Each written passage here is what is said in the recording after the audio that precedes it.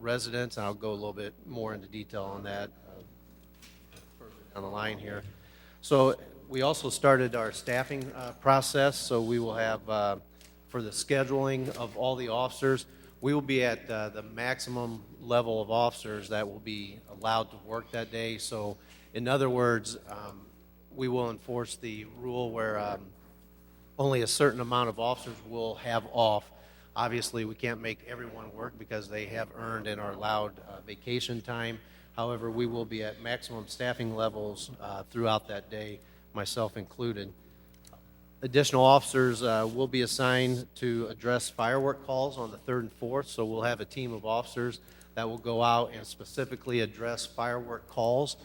Last year I did it on the 3rd and 4th, and I'll do it again this year. Also, 2 of our school resource officers, instead of being assigned to second shift patrol like they have in the past, they've been assigned to the neighborhood services unit, one specifically to work in the south side of Peoria and one to work on the east and west bluff. And so what they do is go around and address previous calls. So like from the night before, we will analyze our shot spotter alerts, and if there are any firework calls that officers find evidence of fireworks on those calls, the officers will hit the blocks and put the placards on the doors or door hangers notifying the citizens of the illegal fireworks. So with that, again, it goes back to education. So we want to make sure that the community is educated. We will have a strong enforcement action on the illegal fireworks portion. Thank you. Thank you. Councilmember Montalongo next. Thank you, Mayor. As many of you know, earlier this year, Police Chief Marion brought forward a MOU, Memo of Understanding with Ring. Ring is the security system for homes that records, what's in front at your front door or in your front yard. Also has a social media application that goes along with it. Recently, I have followed up with Ring and hope to bring forward at our next meeting a new proposal, a program in which Ring system will be sold to the Peoria residents at a significant discount. I will be continuing to work with with my colleagues here on the council and the city manager to bring this forward at our next meeting. Thank you.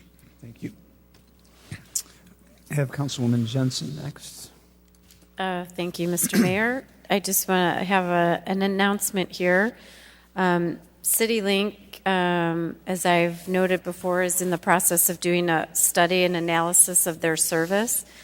And they have public meetings scheduled this week to seek input from citizens and riders about what they should be doing, how to improve their service. And there were several meetings today, but there are also 3 meetings tomorrow. From 9:30 to 11:30, they'll be at actually the Fond du Lac District Library in East Peoria. And then there are 2 here in Peoria tomorrow afternoon from 1 to 3 at the Peoria Public Library downtown. You can attend and give any input that you have and get the results of their initial results from the first round of public input meetings and what their plans are. And then there's also a meeting tomorrow evening from 5 to 7 at the Lakeview Branch Peoria Public Library, where you can provide input at that time if that's more convenient. Thank you. Thank you. Councilmember Ali was next. Thank you, Mayor Artis. I've been thinking about the cannabis bill, the state cannabis bill, that marijuana is legal in the state of Illinois, and how that plays out in Peoria. And I think that we need to be proactive and not reactive with regard to that new law. And, it brings about both opportunity and it brings about, for some, anxiety. So I think we need a plan, in terms of compliance with regard to law enforcement. I think we need a plan. I think we need a plan as it relates to opportunity, economic opportunity. So I throw that out there, I guess, to city manager, maybe to Chief Marion, to say, are we beginning to think about putting together a plan for both opportunity and addressing those anxieties? Short answer is yes. Staff is researching the law, looking at what options we have, looking at what potential implications that would be both on the law enforcement side, but also as well on the economic development side. So we can provide some guidance back to the council. Probably in another month, we should be able to do that for you. Okay. Great, thank you. Thank you. Thank you. Councilmember Kelly. Thank you, Mr. Mayor. As a person who a few minutes ago was talking about proper attire, I would just like to apologize to the council and staff and the public. I was not able to, I was on vacation and was not able to make it back to my home in time to change. And so I do apologize for my attire tonight, and I will endeavor to be properly attired in the future. Thank you. Madam Clerk. We are at citizens' opportunity to address the city council. Excuse me, citizens to address. We have a 5-minute speaking limit. We just need your name for the record, please. Up first is Dusty, and I apologize, I can't make out the last name.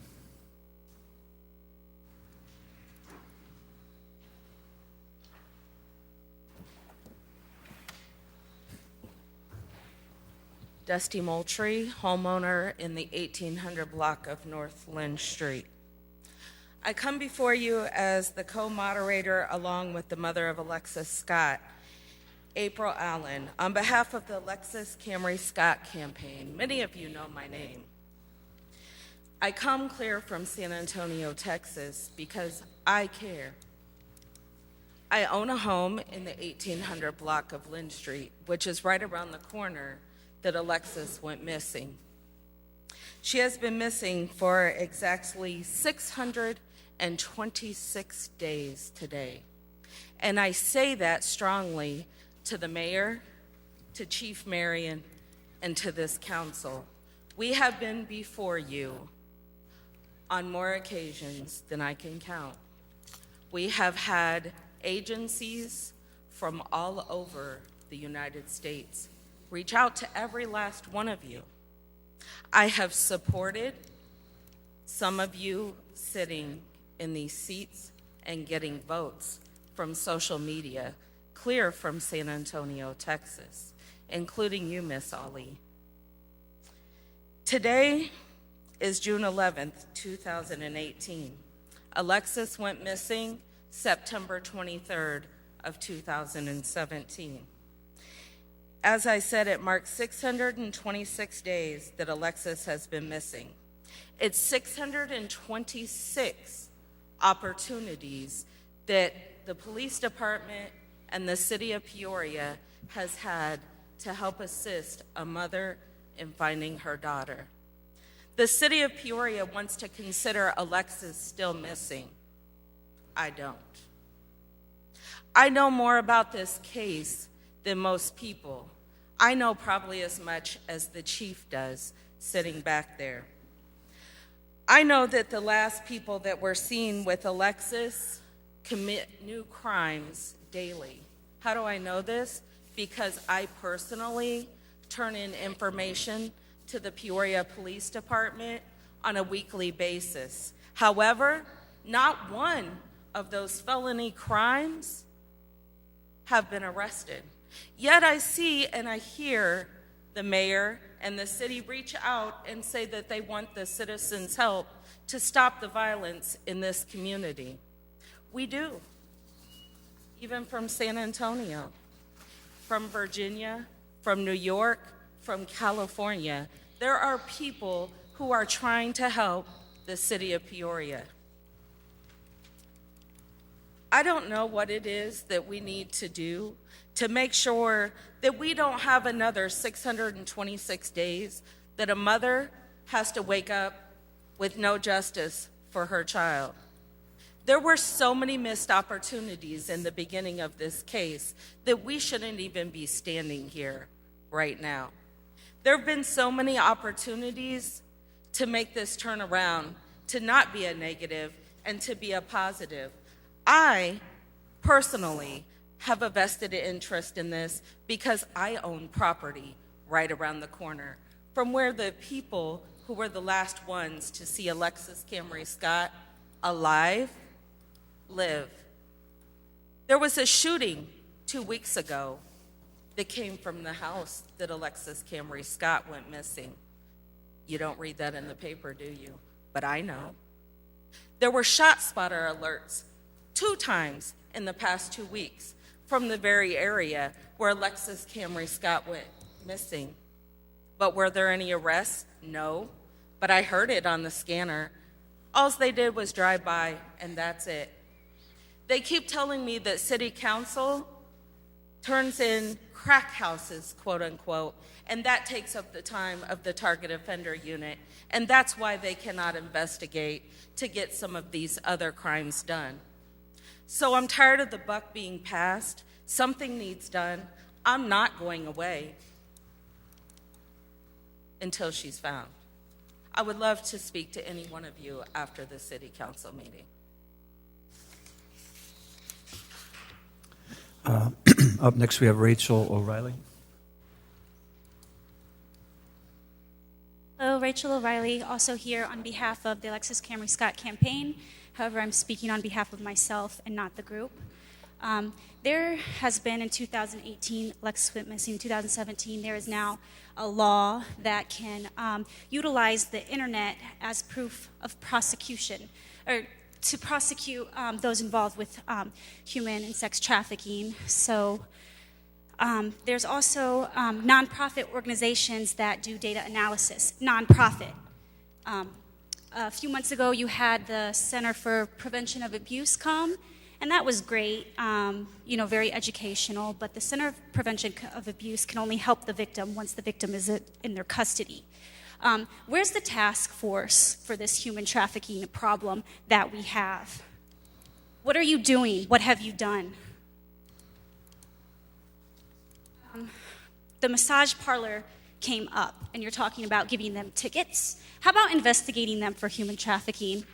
Because I can bet that those in the massage parlor, what traffickers do is they take their identification, they take all proof, and they also, if they're not a citizen, then they may scare them, but there are laws that protect victims. So what you could do was you could interact with those victims and get the clientele. Now that cannabis is legal, y'all are going to need budgets, for the city at all and everything. Why don't you increase your fines for the Johns? Increase them, because if it weren't for the Johns, there wouldn't be anybody to sex traffic people to. Thank you. Madam Clerk, We do not have an executive session, so we would be at adjournment. we have a motion to adjourn by Councilmember Riggenbach, seconded by Councilmember Graham. Please cast your ballots.